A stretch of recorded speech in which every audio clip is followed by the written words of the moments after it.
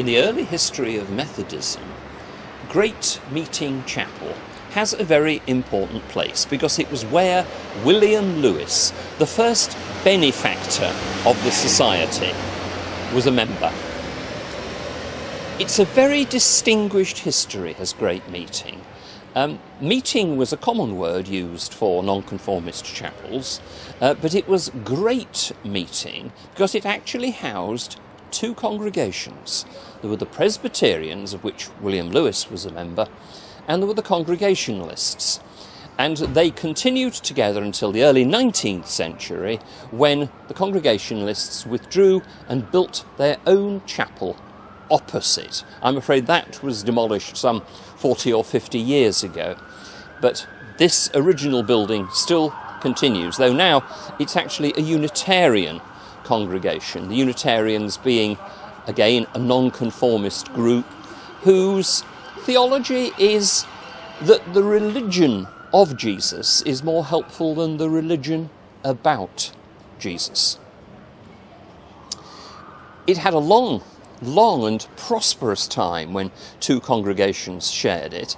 In fact, at one point it was so prosperous, so successful, that they decided that a gallery ought to be built. And in a very matter-of-fact sort of way, they decided they would build half each.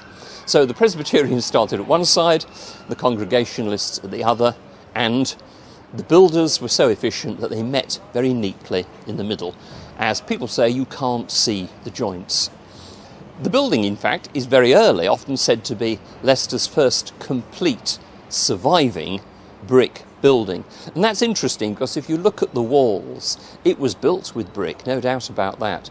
But brick in the days when people weren't very good at bonding, so they're all pleasingly random, the layering, the coursing of the bricks.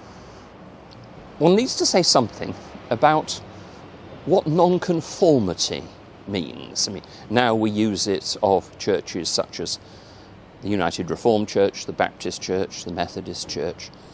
Originally, it was an entirely legal term, meaning those congregations that did not conform, that is, did not accept the authority and the jurisdiction of the Church of England. It was essentially legal.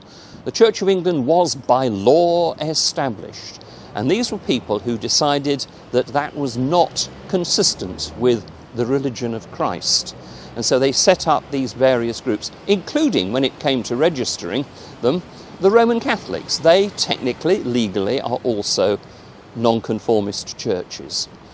And in Leicester, the non-conformists were the big and dominant group throughout the 18th and the 19th century. This chapel, Great Meeting, was often known as the Mayor's Nest, not mayor as in female horse, but mayor as in the first citizen of a city or a town, because countless leading people in the city, in politics, in commerce, in culture, worshipped here.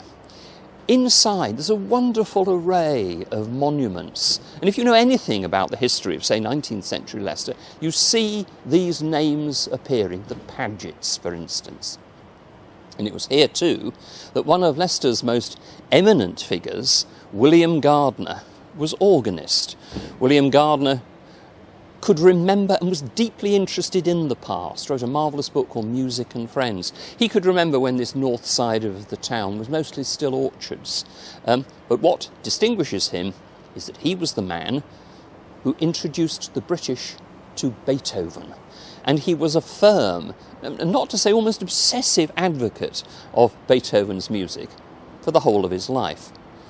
And incidentally, if you listen to the music we use at the beginning of these little vignettes of Leicester and Methodism, that tune is Fulda. Fulda was composed by William Gardiner.